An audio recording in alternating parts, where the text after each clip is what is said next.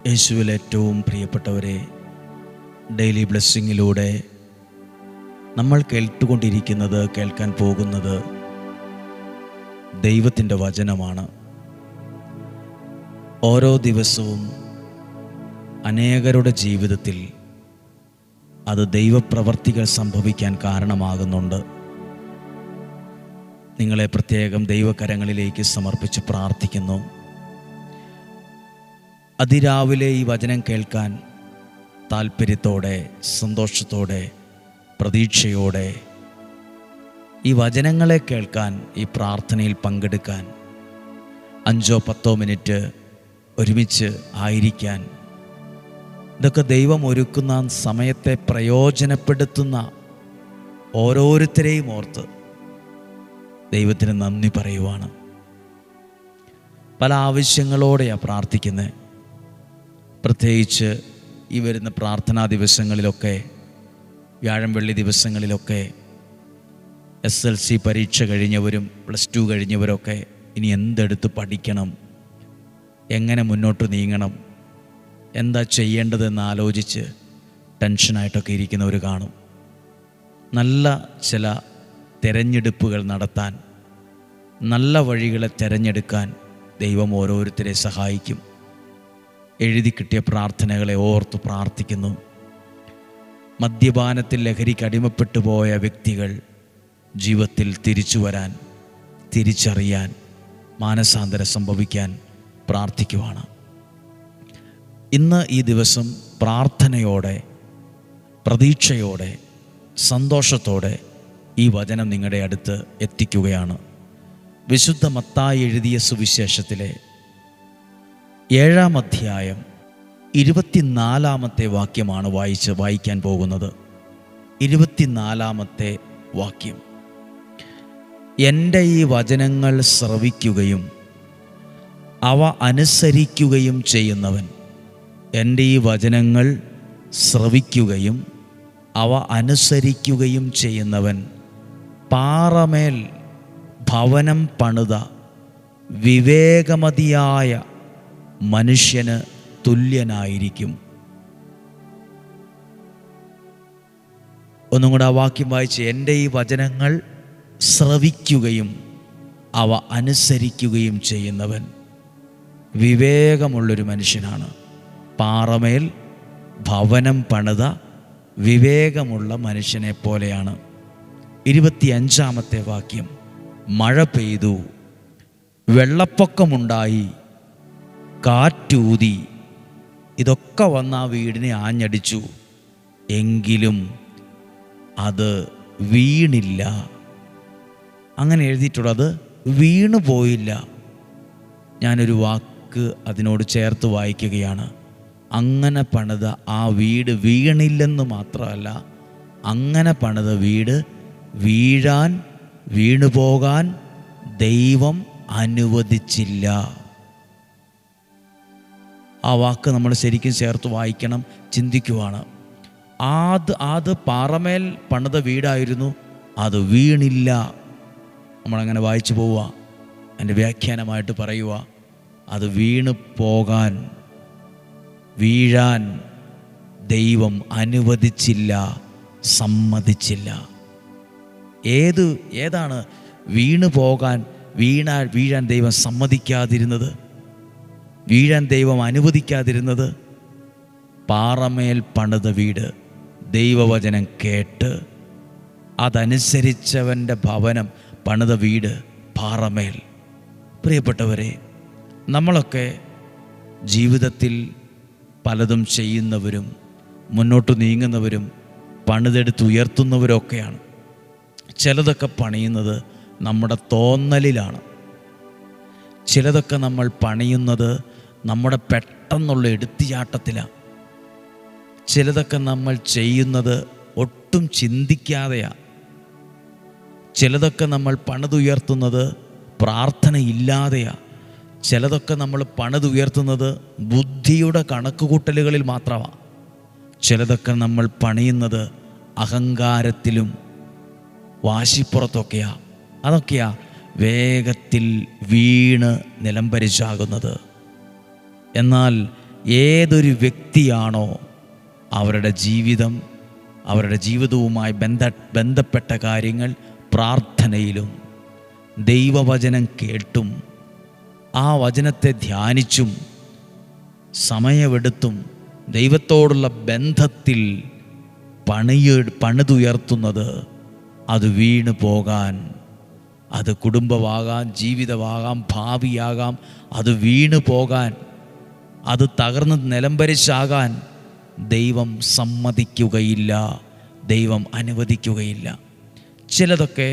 ചിലരൊക്കെ പറയുന്നത് കേൾക്കാറുണ്ട്, അത് വീഴും, അത് നിലനിൽക്കുകയില്ല, അത് വീണു പോകും. മനുഷ്യൻ പറഞ്ഞതുകൊണ്ടല്ല വീണു പോകുന്നത്.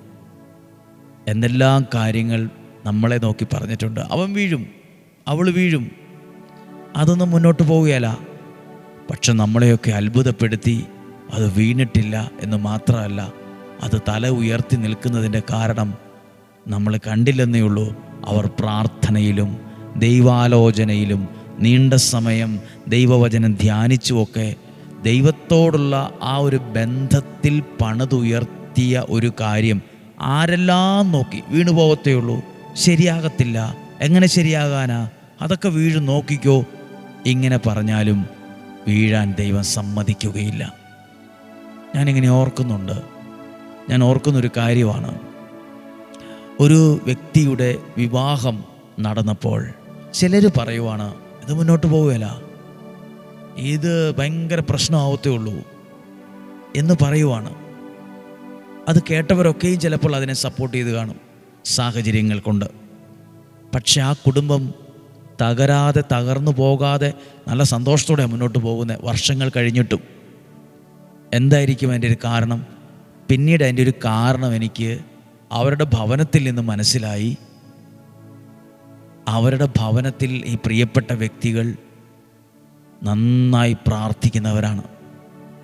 ദൈവവചനം വായിച്ചും ധ്യാനിച്ചും ദിവസവും ഡെയിലി ബ്ലെസ്സിങ് കേൾക്കാതെ അവരുടെ ഭവനത്തിൽ അവരൊരു വെള്ളം പോലും കുടിക്കത്തില്ല. ഡെയിലി ബ്ലെസ്സിങ് എന്നല്ല, വചനം കേട്ട് പ്രാർത്ഥിച്ച് ആ ദിവസത്തെ മുഴുവൻ ഏൽപ്പിച്ചു കൊടുക്കാതെ പുറത്തിറങ്ങത്തില്ല. വെള്ളം പോലും കുടിക്കില്ല ആ വീട്ടിലെ ആരും. അതിന് ശേഷമേ അടുപ്പ് കത്തിക്കുകയുള്ളൂ, അതിന് ശേഷമേ ഭക്ഷണമോ വെള്ളമോ ചായയോ വെച്ച് കുടിക്കത്തുള്ളൂ. എല്ലാം അതിന് ശേഷം. ആദ്യം കഴിക്കുന്ന ഭക്ഷണം വചനമാണ്. പക്ഷെ ആ വീടിനെ സംബന്ധിച്ച് കുറച്ച് നാൾ മുമ്പ് ഒരു ആഘോഷം വെച്ചപ്പോൾ പറഞ്ഞ് വീണു പോവും, തകർന്നു പോവും, നോക്കിക്കോ, അധികം വൈകാതെ, വലിയ താമസമില്ല, ഇങ്ങനെയൊക്കെയാണ് പറഞ്ഞ്. പ്രിയപ്പെട്ടവരെ, ആരെല്ലാം വീഴുമെന്ന് പറഞ്ഞാലും, ആരെല്ലാം തകരുമെന്ന് പറഞ്ഞാലും തകരുമൊന്നുമില്ല. ആരെല്ലാം വീഴുമെന്ന് പറഞ്ഞാലും വീഴണമെന്നുമില്ല. അത് ശരിയാകുകയെന്ന് പറഞ്ഞ് ശരിയാകണമെന്നുമില്ല, ശരിയാകാതിരിക്കുകയില്ല. എപ്പോഴാണ് വീണു പോകാതിരിക്കുന്നത്? ഞാനും നിങ്ങളും ദൈവത്തിൻ്റെ വചനത്തിലും ആ വചനത്തോടുള്ള ബന്ധത്തിലും നമ്മൾ എന്തെങ്കിലുമൊക്കെ പണിതെടുത്താൽ, അത് കുടുംബജീവിതമായാലും ശുശ്രൂഷയായാലും സമർപ്പണ ജീവിതമായാലും ദൈവത്തോടുള്ള ബന്ധത്തിലാണ് പണിതെടുക്കുന്നതെങ്കിൽ അത് തകർന്നു പോകില്ല. കാറ്റടിക്കും, തിരമാല അടിക്കും, വലിയ പ്രതിസന്ധികളുണ്ടാകും, പരമാവധി ശക്തമായി അത് വരും, ഒന്നും ചെയ്യാൻ പറ്റത്തില്ല. അത് ദൈവവചനം കേട്ട് ധ്യാനിച്ചു പ്രാർത്ഥിച്ച ദൈവത്തോടുള്ള ബന്ധത്തിൻ്റെ പാറമേല അതൊക്കെ പണിതുയർത്തിയിരിക്കുന്നത്. ഇന്ന് പ്രാർത്ഥിക്കുവാണ്. അത് വീണില്ല എന്നാണ് ബൈബിൾ എഴുതിയെങ്കിൽ ചേർത്ത് വായിക്കുക. അത് വീണു പോകാൻ ദൈവം സമ്മതിച്ചില്ല. പ്രാർത്ഥിക്കുന്ന നിങ്ങൾ വീണു പോകാൻ ദൈവം സമ്മതിക്കില്ല. പ്രാർത്ഥിക്കുന്ന നിങ്ങളുടെ മക്കൾ വഴിതെറ്റിപ്പോകാൻ ദൈവം സമ്മതിക്കുകയില്ല. നിങ്ങളുടെ സാമ്പത്തികം നഷ്ടപ്പെട്ടു പോകാൻ ദൈവം സമ്മതിക്കുകയില്ല. അത് തകർന്നു പോകാൻ, രോഗം ബാധിച്ച് ശരീരം ക്ഷീണിച്ചു പോകാൻ, അല്ലെങ്കിൽ ആ പ്രതിസന്ധിയിൽ വല്ലാതെ ഒറ്റപ്പെട്ടു പോകാൻ ദൈവം സമ്മതിക്കുകയില്ല, ദൈവം അനുവദിക്കുകയില്ല. അത് വീണില്ല എന്ന് മാത്രമല്ല, അതിൻ്റെ അർത്ഥം എന്താണെന്നറിയോ? അത് വീഴാൻ ദൈവം സമ്മതിച്ചില്ല. എന്തെല്ലാം ആഞ്ഞടിച്ചിട്ടും ജീവിതത്തിൽ ഇന്നുകൊണ്ട് പല കാര്യങ്ങൾ ആഞ്ഞടിക്കും. അതാഞ്ഞടിക്കും. നല്ല വിഷമവും വേദനയും പ്രതിസന്ധിയും ഒക്കെ വരും. നമുക്ക് തോന്നും പോകുമെന്ന് തോന്നും, കൈവിട്ട് പോയല്ലോ തോന്നുകയുള്ളൂ. കൈവിട്ട് പോകില്ല. കൈവിട്ട് പോകാൻ ദൈവം സമ്മതിക്കുകയില്ല. തകർന്നു പോകാൻ ദൈവം അനുവദിക്കത്തില്ല. പ്രാർത്ഥിക്കാൻ പോവുകയാണ്. കർത്താവേ, അങ്ങയുടെ വചനം കേൾക്കുന്ന ഓരോ വ്യക്തികളെ അനുഗ്രഹിക്കണമേ. പ്രിയപ്പെട്ടവരെ, വെള്ളിയാഴ്ചത്തെ പ്രാർത്ഥനകളൊക്കെ നടക്കുന്നുണ്ട്, വ്യാഴാഴ്ച പ്രാർത്ഥന നടക്കുന്നുണ്ട്. ഓരോ ദിവസത്തെ പ്രാർത്ഥനയും ഓരോ സാക്ഷ്യങ്ങൾക്കാണ് കാരണമാകുന്നത്. വെള്ളിയാഴ്ച പ്രാർത്ഥനയിൽ അവധിക്കാലമാണ്. നിങ്ങളുടെ പിള്ളേരെയൊക്കെ പറ്റുവാണെങ്കിൽ അവരെയൊക്കെ ഒന്ന് കൊണ്ടുവന്ന് പ്രാർത്ഥിച്ചു പോകുന്നത് നല്ലതാണ്. നിർബന്ധമൊന്നുമല്ല, സാഹചര്യം പോലെ. ദൈവത്തിൻ്റെ പ്രചോദനം നിങ്ങൾക്ക് ലഭിക്കുന്നുണ്ടെങ്കിൽ പ്രാർത്ഥിക്കാൻ വരിക. വെള്ളിയാഴ്ചകളിലൊക്കെ, വ്യാഴാഴ്ച കൂടി പ്രാർത്ഥിക്കാൻ ആഗ്രഹമുണ്ടെങ്കിൽ ഓരോ ഡെയിലി ബ്ലെസ്സിങ്ങിൻ്റെയും പ്രാർത്ഥനകൾക്ക് കഴിയുമ്പോൾ യൂട്യൂബിൽ തന്നെ 4-5 നമ്പർ, ഔദ്യോഗിക നമ്പർ കൊടുക്കുന്നുണ്ട്. അതിൽ വിളിച്ച് ബുക്ക് ചെയ്ത് പ്രാർത്ഥനയോടെ വരിക. ഒരനുഗ്രഹത്തോടെ മടങ്ങാൻ പറ്റും. പ്രാർത്ഥിക്കുകയാണ്.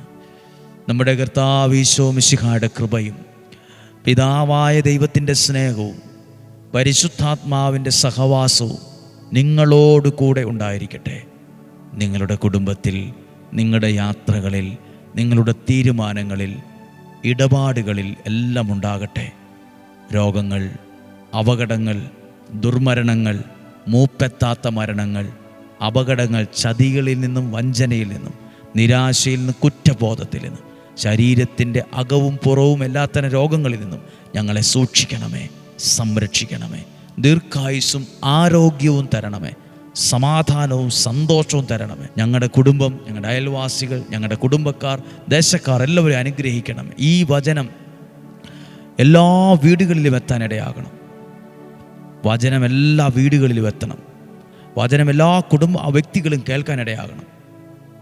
നിങ്ങളിലൂടെ ആരൊക്കെ വചനം കേൾക്കുന്നു, നിങ്ങൾ ആരൊക്കെയാണ് അയച്ചു കൊടുക്കുന്നത്, ആരുടെയൊക്കെ ജീവിതത്തിലാണ് വെളിച്ചം കൊടുക്കാൻ തയ്യാറായത്, നിങ്ങളെയും ദൈവം സമർത്ഥമായിട്ട് അനുഗ്രഹിക്കട്ടെ. വചനം കൊടുക്കുമ്പോൾ, ഷെയർ ചെയ്യുമ്പോൾ അസൂയയില്ലാതെ, സ്വാർത്ഥതയില്ലാതെ ആ വചനത്തെ കൊടുക്കുക.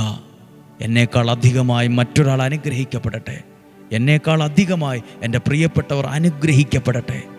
ഇന്നും ജീവിക്കുന്ന യേശുവിൻ നാമത്തിൽ നിങ്ങളെ, നിങ്ങളുടെ കുടുംബത്തെ, നിങ്ങളുടെ ജീവിതത്തെ, തലമുറകളെ, മാതാപിതാക്കൾ, മക്കൾ സകലരെയും ദൈവനാമത്തിൽ അനുഗ്രഹിച്ച് പ്രാർത്ഥിക്കുന്നു, ഇപ്പോഴും എപ്പോഴും എന്നേക്കും. ആമേൻ. ദൈവം അനുഗ്രഹിക്കട്ടെ. നല്ലൊരു സന്തോഷമുള്ള ദിവസം നിങ്ങൾക്ക് ആശംസിക്കുന്നു. സന്തോഷത്തോടെ ആയിരിക്കുക, പ്രാർത്ഥനയോടെ ആയിരിക്കുക. സാധ്യമായവർക്കൊക്കെയും അയച്ചു കൊടുക്കുക. പറ്റുന്നവരൊക്കെ സ്റ്റാറ്റസ് ഇടുക, പറ്റുന്നവരൊക്കെ അതെല്ലാ ഗ്രൂപ്പുകളിലും ഷെയർ ചെയ്യുക. ചിലരുടെ ജീവിതമൊക്കെ ദൈവവചനത്തിലൂടെ അനുഗ്രഹമായി തീരട്ടെ. നാളെയും 5:30 ഒരുമിച്ച് കാണണം, ഒരുമിച്ച് കേൾക്കണം. ഒരുമിച്ച് കാണുന്നത് വരെ സ്വർഗത്തിലെ ദൈവം, വലിയവനായ ദൈവം, സർവശക്തനായ ദൈവം എന്നെയും നിങ്ങളെയും ഉള്ളംകൈയിൽ എന്ന പോലെ പൊതിഞ്ഞ് സൂക്ഷിക്കട്ടെ. ആമേൻ.